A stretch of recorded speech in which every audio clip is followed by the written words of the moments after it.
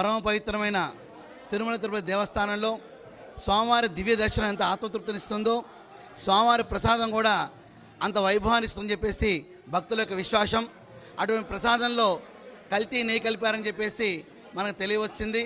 తద్వారా సుప్రీంకోర్టు వారు ఒక సిట్ని ఏర్పాటు చేయడం, ప్రాథమిక నివేదిక రావడం మనం చూసాం. దాన్ని ఆధారం చేసుకుని దోషులుగా ఉన్నవాళ్ళు నిర్దోషులుగా మారాలని చెప్పి అనేక ప్రయత్నాలు కుయుక్తులు పండుతున్నారు. దీన్ని పూర్తిగా మేము ఖండిస్తున్నాం. వారు ఎటువంటి వారైనా సరే ప్రభుత్వం తక్షణమే వారిని అరెస్ట్ చేయాలని చెప్పేసి మేము కోరుకుంటున్నాం. అట్లాగే ఈ యొక్క అపవిత్ర కార్యక్రమం జరిగింది కాబట్టి దానికి ప్రాయశ్చిత్త కార్యక్రమాన్ని తొందరలోనే తిరుమల తిరుపతి దేవస్థానం కేంద్రంగా తిరుపతిలో ఒక ధార్మిక సమ్మేళన కార్యక్రమాన్ని ఏర్పాటు చేయాలని చెప్పి ఇప్పుడే ఒక నిర్ణయం తీసుకోవడం కూడా జరిగింది. భారతదేశంలోని ప్రతి రాష్ట్రం నుంచి పీఠాధిపతులు, 2 తెలుగు రాష్ట్రాల నుంచి 600 మంది మఠపీఠ ఆశ్రమాధిపతులతో ఒక ధార్మిక సమ్మేళనాన్ని తిరుపతిలో ఏర్పాటు చేస్తాం.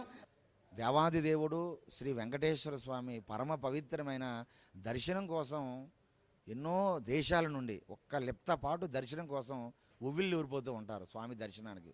స్వామి దర్శనం ఎంత గొప్పదో లడ్డూ ప్రసాదం కూడా అంతే గొప్పది. అటువంటి లడ్డూని గత వైసీపీ ప్రభుత్వం జగన్మోహన్ రెడ్డి కాలంలో పూర్తిగా లడ్డూని కల్తీ చేసి రసాయనాలు వాడి అసలు లేనటువంటి నెయ్యిని సృష్టించి తీవ్రమైన అపచారానికి, మహా అపచారానికి ఒడిగట్టారు. ఇది క్షమించరాని నేరం. ఈ హక్కు వారికి ఎక్కడది? ఈ దోషానికి కఠినమైన శిక్ష వాళ్ళకి విధించాలి.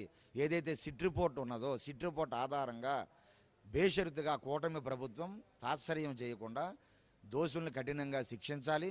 అలాగే మేము కోట్లాది మంది స్వామి సేవకులకి, హిందువులకి మేము పిలిపిస్తున్నాం. రేపు తిరుపతిలో ఒక మహాసభ పెడుతున్నాం. దేశంలో ఉండేటటువంటి పీఠాధిపతులందరినీ పిలిచి 20 కోట్ల లడ్డూల్ని అపవిత్రం చేశారు. కెమికల్స్ వాడేసి నైవేద్యంగా స్వామికి పెట్టి కల్తీ నైవేద్యాన్ని దేవుడికి తినిపించారు. ఇది మహా అపచారం. ఈ అపచారానికి ఏమిటి నివృత్తి? ప్రజలు భక్తులు ఏ విధముగా స్వామి ఆగ్రహం నుంచి బయటపడాలని సాధు సంతులు ఈరోజు అన్నీ కొన్ని తీర్మానాలు చేశాం. రేపు తిరుపతి కేంద్రంగా ఒక మహాసభను పెట్టి ఆ రోజు ఒక ప్రాయశ్చిత్త ముడుపుని పిలిపివ్వడం జరుగుతుంది. దేశవ్యాప్తంగా వెంకటేశ్వర స్వామి భక్తులు ఎవరెవరైతే ఉన్నారో, హిందువులు ఎవరెవరైతే ఉన్నారో, తెలుగు వాళ్ళు ఎవరెవరైతే దేశాలు ఉన్నారో వాళ్ళందరూ కూడా ఒక టైము, ఒక రోజు నిర్ణయిస్తాం.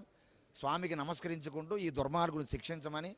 ఎవరో కొద్దిమంది చేసినటువంటి మహా అపచారాన్ని సమాజానికి మీరు అన్వయించవద్దు, సమాజాన్ని క్షమించండి, మీ చల్లని చూపులు రాష్ట్రం మీద ప్రసరించండి, రాష్ట్రాన్ని బాగు చేయండి అని ఒక ప్రాయశ్చిత్తం ఆ మంత్రాలు చదువుకుంటూ ముడుపు కట్టి గోవిందనామాలు చేసే కార్యక్రమం. ఈ ముడుపు ప్రాయశ్చిత్త ముడుపుల్ని కోట్లాది మంది ఒకే పర్యాయం చేసేటట్టుగా ఒక ప్రణాళిక చేస్తున్నాం. ఆ రోజు తిరుపతిలో ప్రకటిస్తాం. కాబట్టి ఎప్పటికైనా కూటమి ప్రభుత్వం ఖచ్చితంగా దోషుల్ని కఠినంగా శిక్షించి ఈ లడ్డూ